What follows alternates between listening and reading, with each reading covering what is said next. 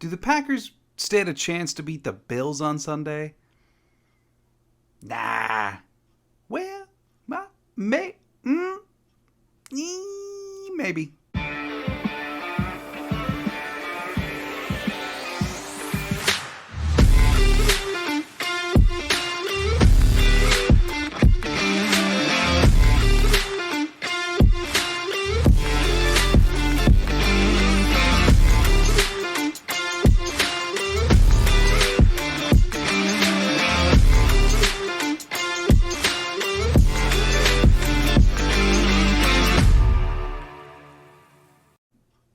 Welcome to another episode of Lombardi Time Brews.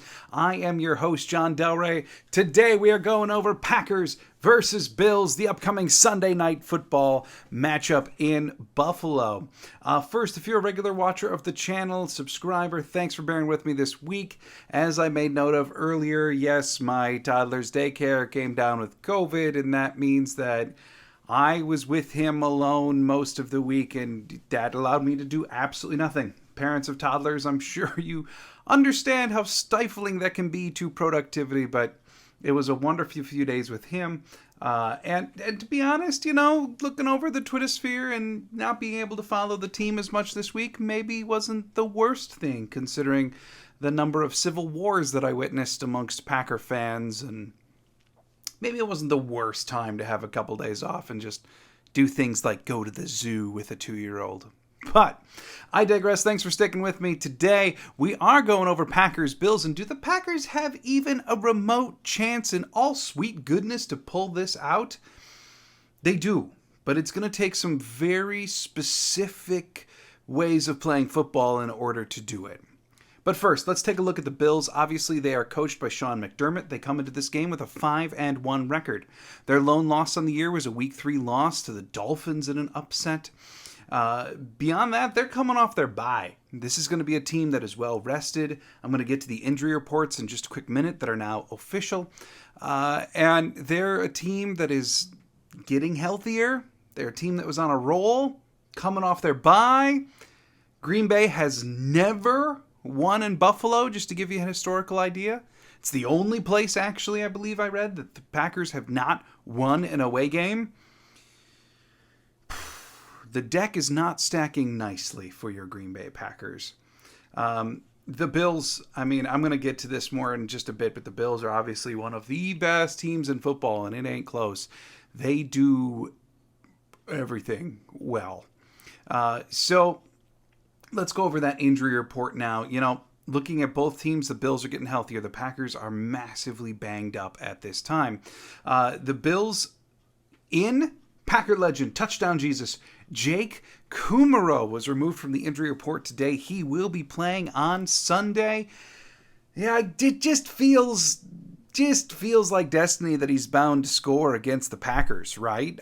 Touchdown Jesus, Aaron Rodgers, good friend, the guy that Rodgers wanted for that led to all this. Yeah, I could see it happening, but he is playing this Sunday. Questionable for the Bills is running back Tywan Jones, one of their depth running backs. He is questionable and then out.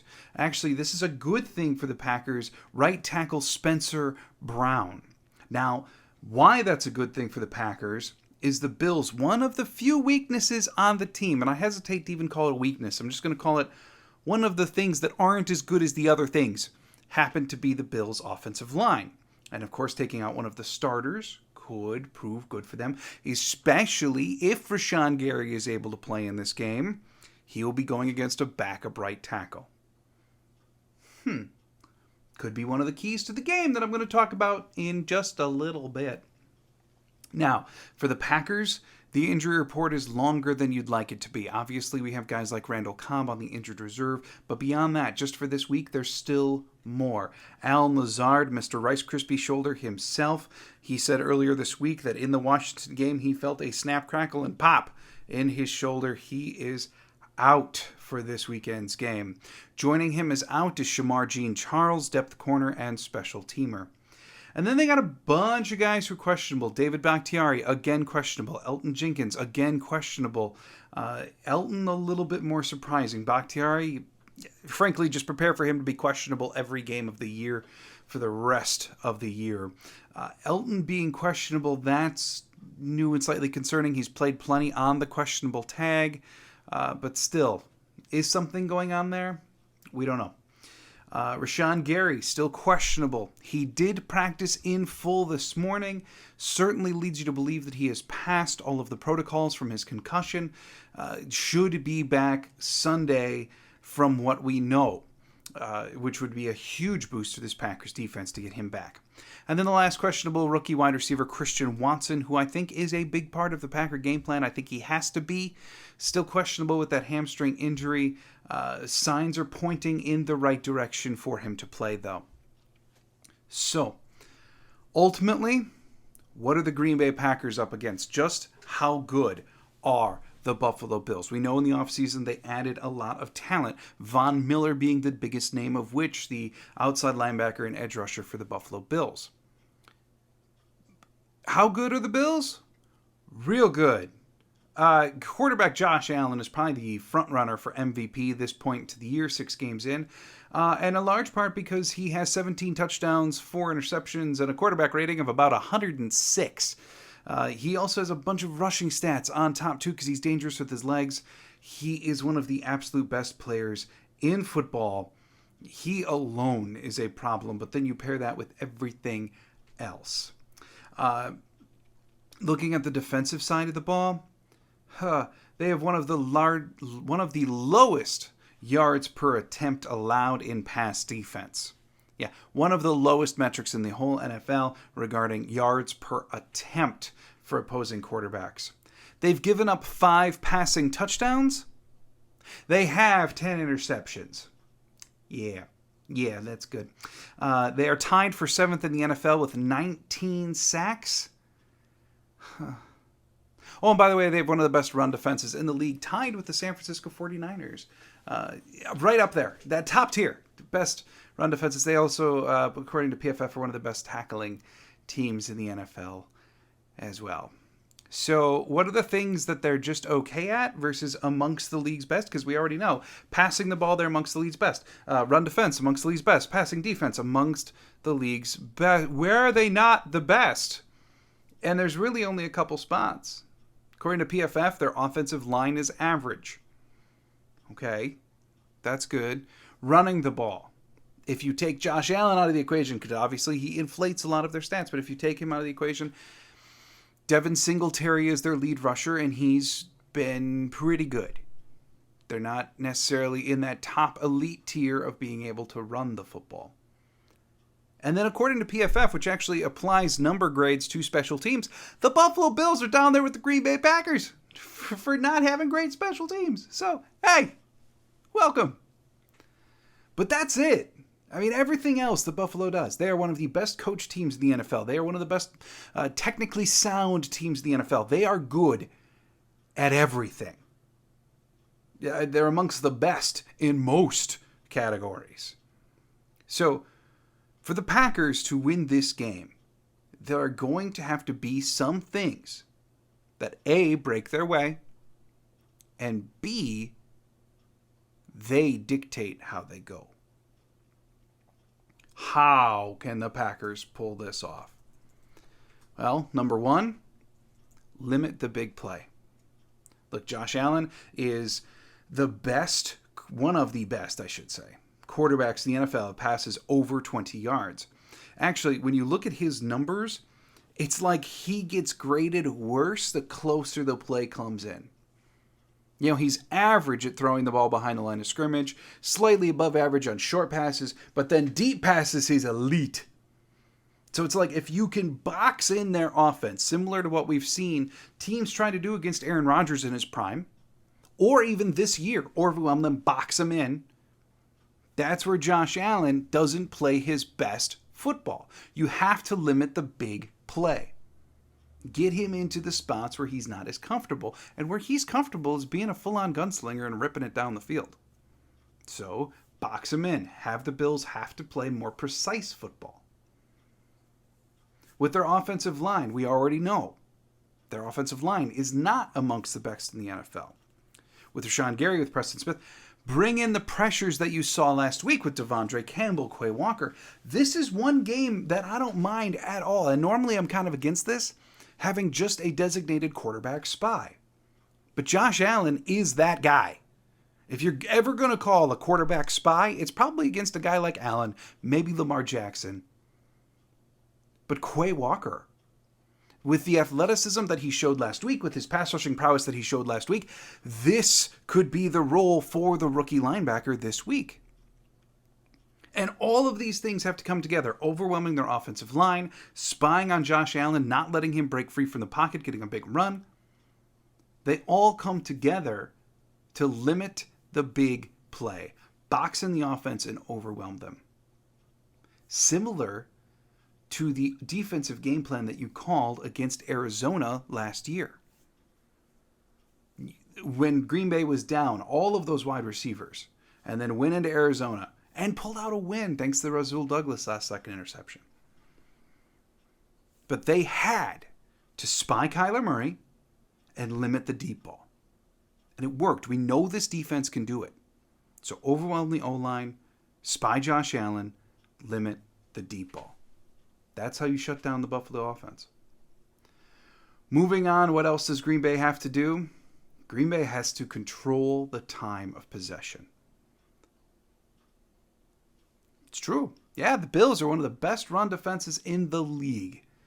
And you need to control time of possession. Yeah, I mean, you do. Again, to comp it against that Arizona game last year where all the chips were stacked against Green Bay, Jones and Dillon had a combined 38 touches in that game. This has to be that kind of game for Green Bay. And it doesn't necessarily have to be run plays. You don't have to run straight into the buzzsaw. Some of the things that they did last week against Washington, getting the ball to Aaron Jones out in the flats, getting the ball to these guys out in space. Now, A.J. Dillon, he needs to play like the A.J. Dillon that we saw at the end of last year, not the A.J. Dillon that we've seen the last few weeks.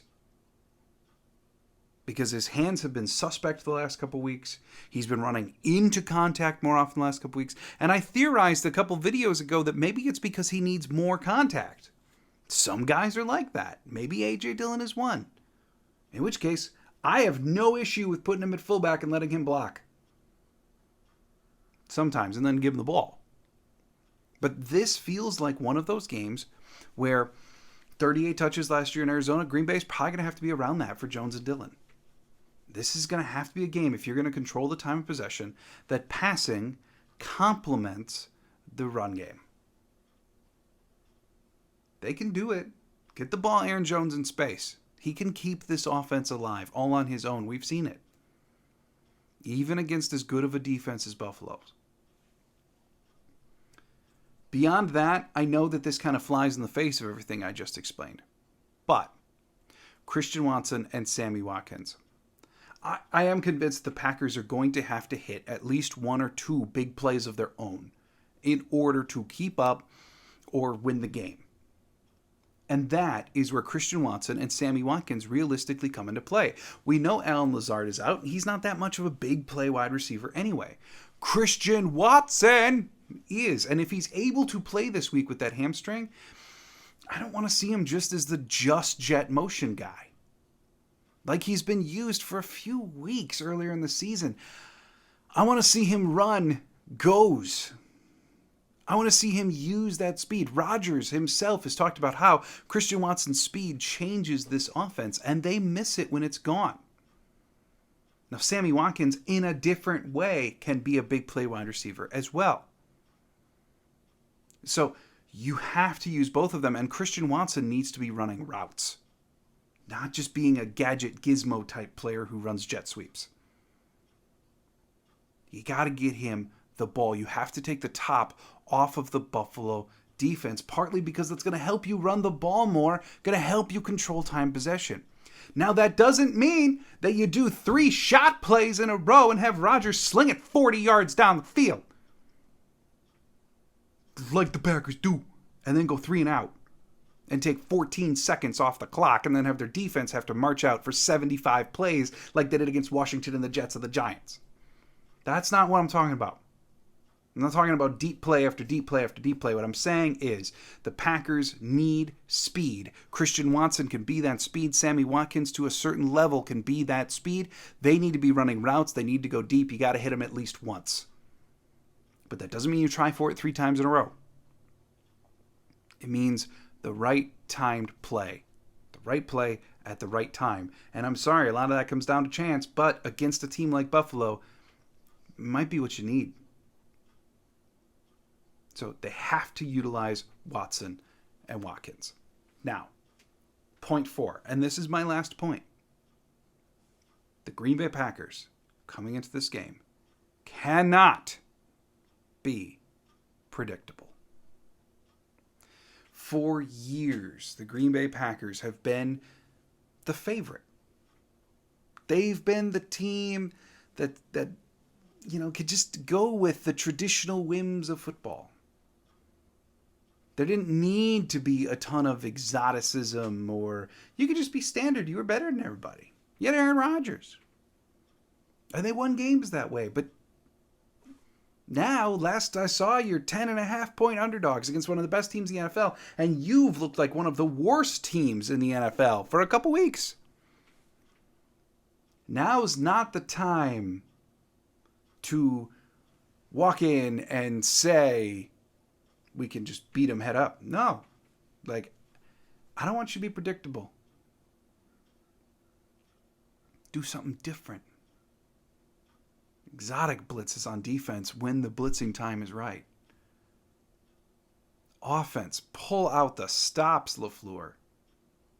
Open up the playbook. What have you got to lose? No one's calling on Green Bay to win this game. So what have you got to lose? Just don't be predictable. Go out. Have fun. Relish the opportunity to be the underdog. Just like Aaron Rodgers said earlier this week, he's not necessarily used to it, but boy, he still loves it when they are. That can make you dangerous. And realistically, it's time for Green Bay to get dangerous and not stale. When looking at this game Sunday night, I see it really going one of two ways. Is it possible that the Packers could lose close? Sure. But if the Green Bay Packers trot out and be the same team that we've seen for the last 3 weeks, they will get blown out by the Buffalo Bills. And I'm talking blown out. If, however, they're able to accomplish a few of these other ways of playing football, treat it like the Arizona game. All the chips are stacked against you. You're going to control the clock. Limit the big play. Get creative and not stale. You could pull out a win. And that's why I see it going one of two ways. Either they're the same team that they've been and Buffalo completely destroys them, or they adhere to these principles and they are able to shock the world on Sunday Night Football and pick up a win against Buffalo. Is that an optimistic homer take? Yeah. Big shock. I live an hour from Lambeau. I've been a Packer fan my entire life. I'm allowed to have homer opinions. Welcome.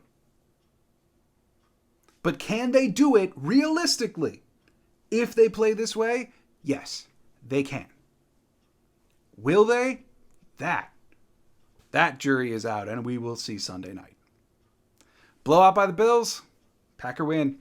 That's the only options I see. But either way, lose this game, you drop down to 3-5. It's a big hole to come out of.